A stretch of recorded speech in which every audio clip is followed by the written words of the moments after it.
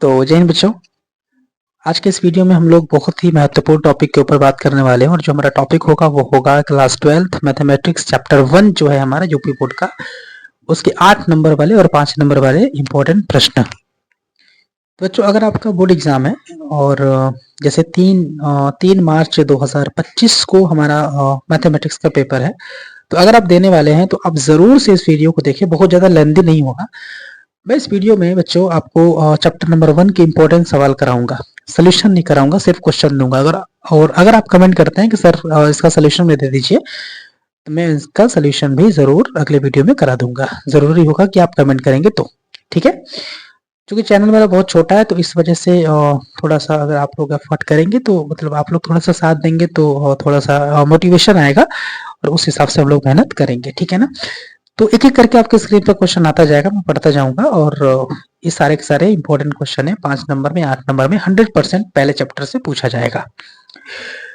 तो पहला जो सवाल है बच्चों वो है, यदि पी एक्स बराबर कैपिटल एक्स के समस्त उपसमुच्चयों का समुच्चय है जहां एक्स नॉट इक्वल टू 5, एक संबंध आर पी एक्स पर इस प्रकार परिभाषित है, ए रिलेशन बी यदि और केवल यदि ए सबसेट है बी का, तो सिद्ध करना है कि आर तुल्यता संबंध नहीं है।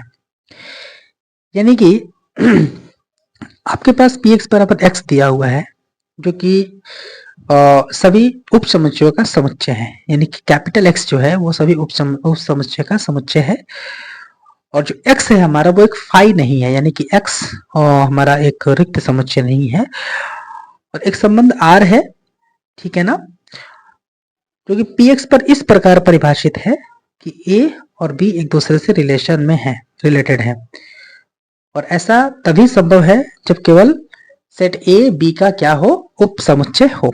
तो हमें सिद्ध करना है कि आर हमारा तुल्यता संबंध नहीं है। बहुत ही मतलब लैंग्वेज वाले प्रश्न होते हैं। मैं चाहूंगा कि अगर आपको इसका सोल्यूशन चाहिए तो प्लीज कमेंट जरूर करिए, है ना। तुरंत मैं सोल्यूशन दे दूंगा 1 से 1.5 घंटे के अंदर, ठीक है। अच्छा, अगला क्वेश्चन, यदि फलन एक हमारे पास फंक्शन है जो कि q से q पर है और fx की वैल्यू दिया हुआ है 3x minus 4 for all x belongs to capital Q से परिभाषित है, तो सिद्ध करना है कि f एक एकी है और आच्छादक फलन है जहां Q क्या है, हमारा परिमेय संख्याओं का एक समुच्चय है। 2020, 2022, 2023 में आया हुआ है प्रश्न, ठीक है।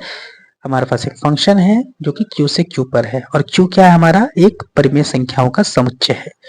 फंक्शन दिया हुआ है 3x माइनस 4, जहां पर x जो है वो Q से x बिलोंग्स टू Q, ठीक है। तो सिद्ध करना है कि f जो हमारा फंक्शन है वो एकी और आच्छादक फलन है, ठीक है ना।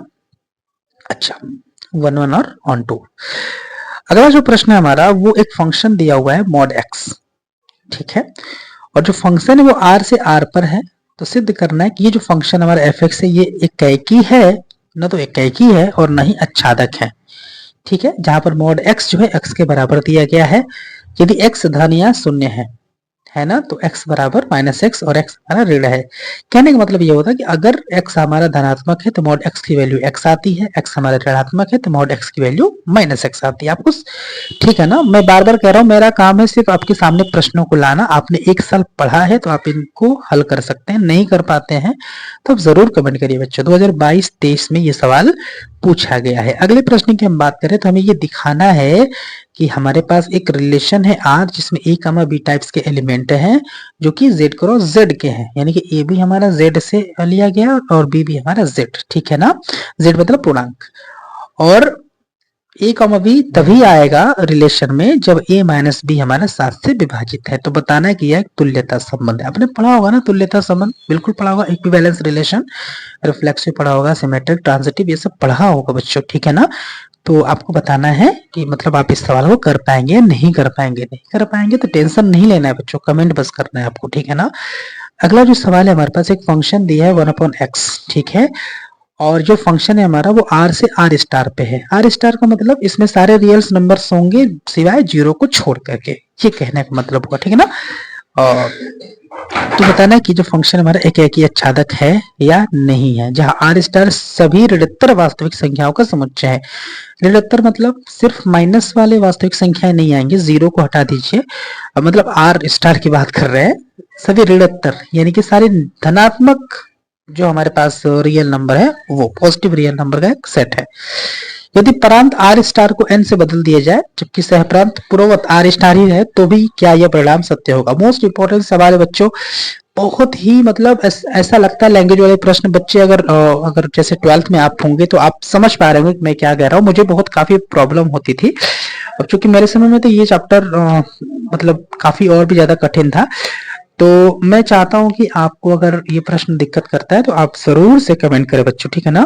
अगला और अंतिम प्रश्न मैं यहाँ पर लेकर के आया हूं और आपको इतने ही प्रश्न करने हैं, 5 से 8 नंबर आपके फिक्स हो जाएंगे। यानी कि 5 से 8 नंबर में ये सवाल पूछे जाते हैं। मैंने ये नहीं कहा कि 5 और 8 नंबर के ही प्रश्न आपको मतलब 5 और 8 नंबर के ही प्रश्न आएंगे, ठीक है ना।